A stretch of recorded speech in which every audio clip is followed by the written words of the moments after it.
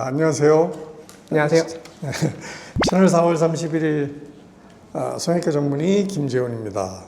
오늘은 저희 채널에서 아주 좀 귀한 손님을 모셨는데 유명하신 아주 왕성하게 활동하고 계시는 우리 성형외과 전문의 선생님 한 분을 모셨습니다. 우리 저 아베크 성형외과의 박성호 원장님 본인 소개해 주세요. 네, 감사합니다. 네, 저는 성형외과 전문의 박성호고요. 이번에 또 초대를 해주셔가지고 오늘 좀 특별한 이제 리뷰 토크 한번 해보도록 하겠습니다. 우리 박성우 원장님은 아베크 성형외과라는 병원의 그 대표 원장으로 계시는데 성형외과 전문의가 되신 지 10년, 의사 된 지는 한 15년 됐고. 네, 그 정도 된 것 같아요. 개업 언제 하셨죠? 저는 2022년 개업입니다. 22년. 네. 제가 1999년도에 개업했으니까 한 20년 정도. 네, 20년. 그래서 저희가 이제 아직도 서로 활동 중인데 그래도 20년 정도 차이 나면 서로 보는 시각이 좀 다를 수 있고 그쵸. 접근 방법이 다를 수도 있는데 이미 성형이라는 게 우리 일상의 이제 문화의 한 부분으로 돼 있어서 이렇게 여러 시각으로 접근해 보면 그 여러 구독자분들이나 아니면 또 우리 동료 의사분들 도움이 되지 않을까 해서 이런 자리를 마련했습니다. 동의하셨잖아요. 네.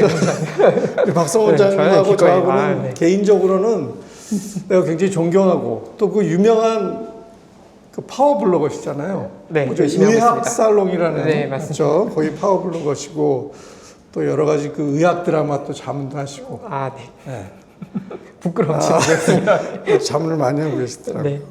그래서 저희가 서로 나이 차이하고 그런 그레이드 차이는 있지만 의학적으로 보는 관점이 굉장히 비슷해서 서로 많이 이제 같은 점을 느끼게 됐고 또 개인적으로 또 이제 친분이 있고 그래서 우리 둘이서 많이 교류를 하고 있습니다. 그래서 오늘 주제는 그래서 오늘 얘기할 거는 이번에 우리가 SRF 2025라는 큰 코성형 그 학회를 우리나라 그 카톨릭 그 서울성모병원 네, 맞습니다. 거기 마리아홀에서 네. 했는데 그것에 대해서 오늘 좀 소회나 네.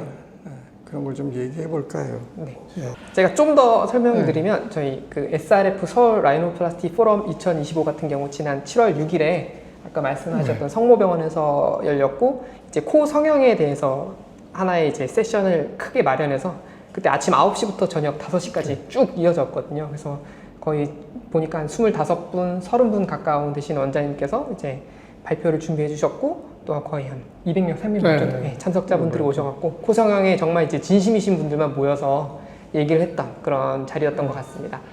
그 SRF는 사실은 2012년도에 제가 우리 저기 대한성형외과학회 분과학회라고 할 수 있죠. 코성형 연구에 제가 회장직을 맡고 있을 때 저희 그 훌륭한 동료들과 함께 1회 저희가 구성을 해서 만든 학회예요. 이렇게까지 13년 동안 이렇게 성형이 이어지게 돼서 굉장히 기쁘게 생각하고 박성호 원장 같은 훌륭한 연자분들이 많이 또 참석해서 발표해 주셔서 굉장히 감사하게 생각하고 있습니다.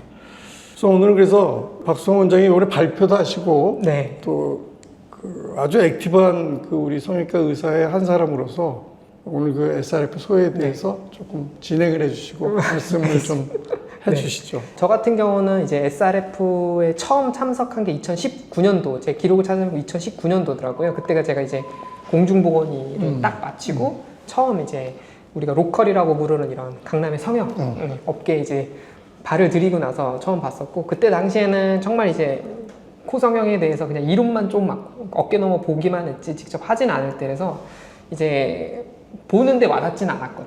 근데 이제 연차가 쌓이고 이제 이렇게 또 발표 기회를 주셔갖고 참석을 해보니까 이제 볼 때마다 이제 2년마다 하시고 계시잖아요. 깨닫는 것도 많고 똑같은 강의인데 보이는 게 다릅니다. 다르죠. 네, 보이는 게 달라요. 아는 만큼 보이는 거예요. 아는 만큼 보여서 분명히 같은 강의였고 같은 제목인데 왜 그때는 몰랐고 지금 보면 알고 이제 저희가 실제 수술할 때도 많이 느끼거든요. 이제 수술할 때 예를 들어서 막 열심히 하다가 이거 왜 그랬지? 라고 이제 생각해보고 찾아보면은 제가 심지어 책에다가 줄 써서 이제 줄 치면서 공부해놨는데 그거를 모르더라고요. 그래서 이번 학회 같은 경우도 이제 코성형에 대한 전부 모든 주제를 다 다룬다고 보시면 되기 때문에 저처럼 조금 이제 젊은 원장님들이 발표하는 세션들도 있고 이제 원장님처럼 이제 잔뼈가 부러지. 그래서 모든 거에 대해서 이제 여러 가지 좋은 우리 책에 나오지 않는 내용들에 잔뼈도 약해졌어. 그래서 그런 내용들이 조금 많았던 것 같고 또 개인적으로는 이제 이번에 맨 마지막 세션에서 원장님께서 이제 이렇게 강의를 해주셨던 이제 그 Q&A 세션 같은 게 있거든요. 우리가 수술할 때 책에서는 나오지 않고 실제 현장에서만 어려움이 닥치는 문제들에 대해서 질문을 드렸을 때 그런 대화들이 있었던 세션이 있어서 좀 좋았던 것 같습니다. 그 코성형 이번에 SRF의 내용이 방대하지만 그래도 저희가 이제 다 다룰 수는 없고 근데 그래도 이번에 저는 굉장히 이거는 구독자분들이나 우리 동료 의사 선생님들도 같이 듣고 토론도 좀 해보고 생각을 해봐야 되는 네. 세션을 하나 발표하셨잖아요. 네. 그 제목이 뭐였죠? 수면 마취. 수면 마취였고 어떤 약을 언제 써야 되느냐. 예. 네. 네. 주로 어떤 내용이었어요? 제가 이번에 발표했던 거는 이제 수면 마취에 대한 건데요. 우리가 수술하면 그냥 수술 뭐 테크닉이나 이런 것들이 중요하다고 생각할 수도 있는데 실제로는 수술이 잘 진행이 되려면 수면 마취나 이런 마취도 굉장히 중요하거든요. 근데 코성형 같은 경우 이제 코를 다루기는 하지만 우리가 이제 숨이 쉬어지는 이제 에어웨이를 컨트롤을 해야 되기 때문에 예전에는 전신 마취를 많이 했지만 요즘 또 약들이 많이 발전하면서 수면 마취를 하고 있고 수면 마취 같은 경우는 대표적으로 우리가 제일 많이 드는 게 프로포폴입니다. 프로포폴 단독으로만 썼을 때는 부작용들이 많기 때문에 이번에 했던 것들은 저희가 쓸 수 있는 미다졸람이랑 케타민, 프로포폴 그리고 추가로 전처치 약물로 쓸 수 있는 이제 덱소미도토미딘이라고 부르는 전처치 약이 있거든요. 이런 여러 가지 약들에 대해서 소개를 했고 또 이 약들이 되게 신기한 게 작용 기전이 다르고 작용이 언제 시작이 되고 또 언제 깨어나고 다 다릅니다. 예를 들어서 프로포폴은 주사가 되면 거의 5초에서 한 30초 이내 바로 효과가 나고 끄면은 약이 주입이 끊어지면은 바로 30초 이내 회복이 되거든요. 그에 비해서 이제 미다졸람 같은 약은 쓰면 한 5분에서 10분 정도 작용 시간이 걸리고 또 작용이 1시간 정도 지속이 되고 또 깨는데 또 걸리거든요. 그래서 이런 것들이 각각의 수술 단계별로 어떻게 투여하게 돼야 되고 빼야 되는지 그런 것들에 대한 내용이었고요. 또 이런 것들이 마취가 편안해야지 수술할 때 저희가 수술에 집중을 할 수가 있습니다. 그래서 이제 그런 부분에 대한 얘기였고 특히 이제 이런 강남에 있는 성형외과 같은 경우 대부분 이제 수면 마취로 진행하는 경우들이 많은데 이런 것들이 좀 어떻게 잘 안전하게 진행되면 좋은지 그런 거에 대해서 발표를 했습니다. 그 수면 마취는 쉽게 말해서 전신 마취하고 다른 거는 이제 재우는데 네. 우리가 호흡을 자기가 그냥 하면서 수술이 진행되는 거는 수면 마취, 전신 마취는 호흡까지도 우리가 진정시켜서 해주는 게 그 차이죠. 네. 깊이도 물론 차이가 있는데 근데 수면 마취는 제가 조금 제가 이제 오래 했으니까 여러 가지 발표도 보고 선생님들이 이제 말씀하시는 것도 보고 각 병원의 동료 선후배들 이렇게 얘기를 들어보면 병원마다 조금씩은 좀 달라요, 방법이. 맞아요. 네, 맞습니다. 근데 이거는 경험이 굉장히 중요한 것 같고 우리 박성 원장님이 하는 프로토콜도 있을 거고 맞습니다. 또 저희 병원에서 하는 또 프로토콜 매뉴얼 그 직원들이 하는 그런 환자에 대한 거 이런 것들이 있어요. 그래서 이거는 오늘 하루에 다 얘기하기는 너무 많습니다. 네, 그리고 또 재미도 있고 흥미가 있을 내용인데 이건 다음 편에 한번 다시 다루도록 하고 그 마지막에 저희가 Q&A 세션이 있었어요.